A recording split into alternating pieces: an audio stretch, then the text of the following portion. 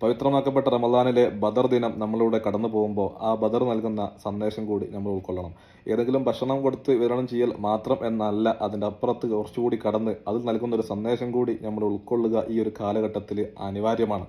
ഏതെങ്കിലും ഒരു സംഘത്തിൻ്റെ കയ്യിലുള്ള ആയുധത്തിൻ്റെ ബലം കണ്ടിട്ട്, അവരുടെ അധികാരത്തിൻ്റെ ബലം കണ്ടിട്ട്, അല്ലെങ്കിൽ അവരെ ആൾബലം കണ്ടിട്ട്, അങ്ങനെ ഏതെങ്കിലും ഒരു കള്ളക്കേസ് കണ്ട്, അല്ലെങ്കിൽ ജയിൽ കണ്ട്, അല്ലെങ്കിൽ ഏതെങ്കിലും ഈ ഭരണകൂടങ്ങളുടെ വിരട്ടലുകൾ, കണ്ണുരുട്ടലുകൾ, NRCകൾ, അല്ലെങ്കിൽ പൗരത്വ ബില്ലുകൾ കാണുമ്പോൾ ഭയപ്പെടേണ്ടവരല്ല നിങ്ങൾ. നിങ്ങളെക്കാൾ ഒരു ചെറിയ ന്യൂനപക്ഷമായിരുന്ന ഒരു ചെറു സംഘത്തിന് ചരിത്രത്തിൻ്റെ ഇന്നലകളിൽ ഞാൻ അവർക്ക് വിജയം കൊടുത്തിട്ടുണ്ട്. അത്ഭുതകരമായ വിജയം. ഒരു വലിയ സംഘത്തോട് ഒന്നുമില്ലാതെ പോരാട്ടം നടത്തുകയും അവർക്ക് ഞാൻ വിജയം കൊടുക്കുകയും അവരെന്നിൽ ഭരമേൽപ്പിച്ചപ്പോൾ സർവ്വതും അവർ ദൈവത്തിൽ അർപ്പിച്ചപ്പോൾ ഒരു അർപ്പണ ബോധത്തിൻ്റെ കൂടി ദിവസമാണ് ബദർ എന്ന് പറഞ്ഞ. അങ്ങനെ അവരെന്നിൽ സകലതും അർപ്പിച്ചപ്പോഴാണ് ഞാൻ അവർക്ക് വിജയം കൊടുത്തത് എന്ന് പറഞ്ഞാൽ, നമ്മൾക്ക് എന്തുകൊണ്ട് അവർക്ക് സഹായം ലഭിച്ചു, അവരെങ്ങനെ വിജയിച്ചു എന്ന് പഠിക്കുക, എന്നിട്ട് ബദറിലേക്ക് തിരിച്ചു നടക്കുക.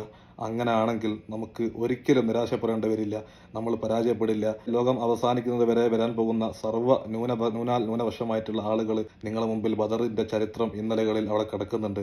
അതിൽ നിന്ന് പാഠം ഉൾക്കൊള്ളുക. ആ ബദറിൻ്റെ സന്ദേശം നിങ്ങൾ ഉൾക്കൊള്ളുകയാണെങ്കിൽ, നിങ്ങൾ ദൈവത്തിലേക്ക് തിരിച്ചു നടക്കുകയാണെങ്കിൽ, സർവ്വതും ദൈവത്തിൽ അർപ്പിക്കുകയാണെങ്കിൽ, അവരെ പോലെ ബദറിൽ അവർക്ക് ലഭിച്ചതുപോലെ സഹായം നിങ്ങൾക്കും ലഭിക്കുമെന്നും, നമ്മൾ പരാജയപ്പെടേണ്ടവരോ വിഷമിക്കേണ്ടവരോ നിരാശരാവേണ്ടവരോ അല്ല എന്നുമുള്ള ഒരു കൃത്യമായ സന്ദേശമാണ് യഥാർത്ഥത്തിൽ ബദർ നൽകുന്നത്.